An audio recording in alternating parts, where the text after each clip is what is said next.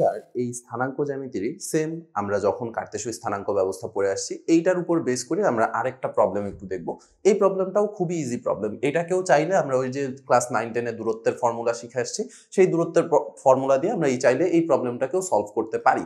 But এটাকেও আসলে কার্তেশীয় স্থানাঙ্ক ব্যবস্থার উপর বেস করে খুব সহজেই সলভ করে ফেলানো যায়। আপনাদের একটু কাজ থাকবে, আপনারা ক্লাস 9-10 যেই সিস্টেমগুলো শিখছেন সেটা ইউজ করে এটাকে সলভ করার জন্য একটু দেখবেন যে এই প্রবলেমটা আসলে কতটুকু বড় হয়। এখন আসেন আমরা এটাকে কেমনে সহজে সলভ করতে পারি। দেখেন, প্রথমে প্রশ্নটা একটু পড়ি। প্রশ্নে কি দেওয়া ছিল?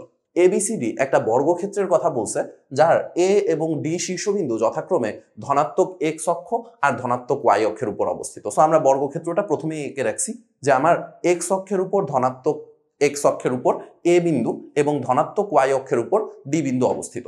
সেই ক্ষেত্রে আমি যদি এই বর্গক্ষেত্রটাকে কমপ্লিট করতে চাই, আমার কাছে আরো একটা ডাটা দেওয়া ছিল, সি বিন্দুর স্থানাঙ্ক হচ্ছে 12,17।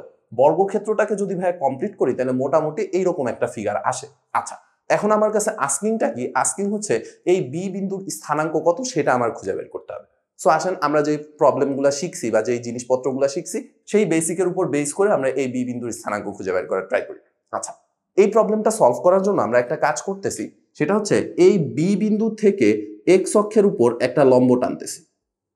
সিমিলার ওয়েতে সি বিন্দু থেকে এই ওয়াই অক্ষের উপর একটা লম্ব টানতেছি। আচ্ছা, এই চাইলে লম্বের পাদবিন্দুগুলোর নামও দিয়ে দেওয়া যায়। ধরেন এইটার নাম আমরা দিলাম হচ্ছে এম বিন্দু, এইটার নাম দিলাম হচ্ছে এম বিন্দু, আর এইটার নাম দিলাম হচ্ছে এন বিন্দু। আচ্ছা, সেই ক্ষেত্রে একটু খেয়াল করে দেখেন তো এ বি এম একটা সমকোণী ত্রিভুজ তৈরি করে কিনা। এ বি এম একটা সমকোণী ত্রিভুজ তৈরি করে। আচ্ছা, সিমিলার ওয়েতে এইটা যেহেতু আমাদের মূল বিন্দু ছিল ও এ ডি বা এ ও ডি, সেটাও কিন্তু আসলে একটা সমকোণী ত্রিভুজ। সিমিলার ডি সি এন বা এন ডি সি যেটাই বলেন না কেন, এইটাও কিন্তু আসলে একটা সমকোণী ত্রিভুজ তৈরি করে। আচ্ছা, এখন আসেন এই যে সমকোণী ত্রিভুজগুলো আছে সেইগুলোর উপর আমরা কোনো কারেকশন বা কোনো টাইপের কোনো রিলেশন খুঁজে বের করতে পারি কিনা। আচ্ছা, প্রথমে আমার কাছে বলা ছিল সি বিন্দুর স্থানাঙ্ক 12,17। তার মানে কি, সি বিন্দু পর্যন্ত পৌঁছানোর জন্য আমরা এক্স অক্ষ বরাবর কতটুকু দূরত্ব অতিক্রম করব? 12 একক। আর ওয়াই অক্ষ বরাবর কতটুকু দূরত্ব অতিক্রম করব? 17 একক। আচ্ছা, তার মানে আমি কি এই কথাটুকু বলতে পারি যে এই যে এক্স অক্ষ বরাবর যেই দূরত্বটুকু যাইতেছি এই দূরত্বটুকু হচ্ছে 12 একক। তার মানে এই যে এখান থেকে এনসি যেই ডিস্টেন্সটুকু আছে এই ডিস্টেন্সটুকু অবশ্যই 12 একক হবে। এনসি যে ডিস্টেন্সটুকু আছে এই ডিস্টেন্সটুকু অবশ্যই 12 একক হবে। কারণ দেখেন আপনি এই যে ওয়াই অক্ষের থেকে এই দিকে কতটুকু দূরত্ব যাইতেছিলেন?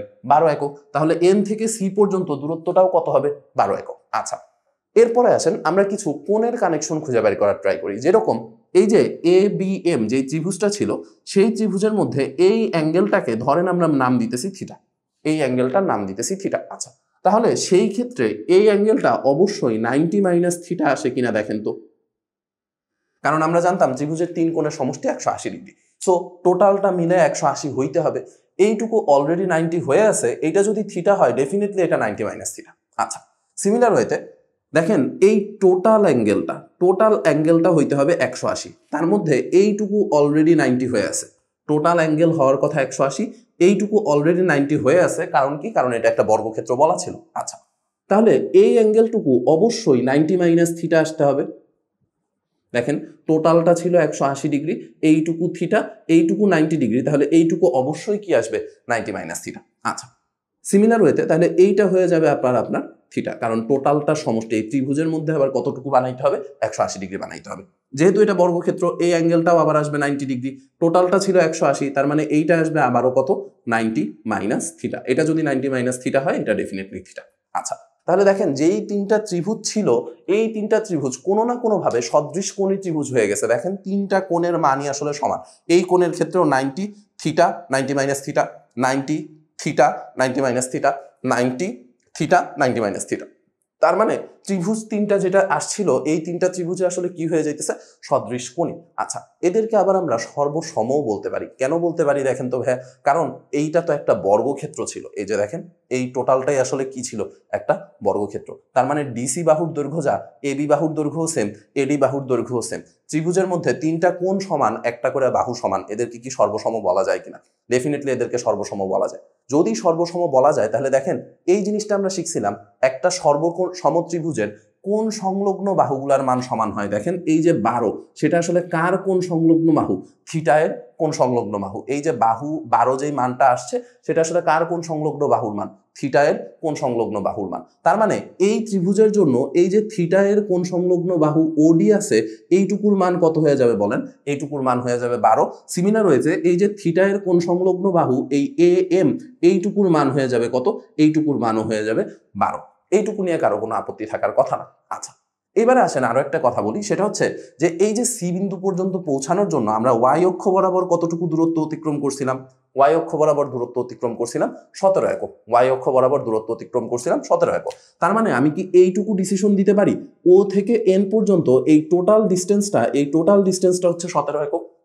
টোটাল ডিস্টেন্স যদি 17 হয় তাহলে দেখেন নিচের ওডি অলরেডি 12 হয়ে আছে। আমি কি এইটুকু বলতে পারি কিনা ডিএন এর মান অবশ্যই 5 একক আসবে?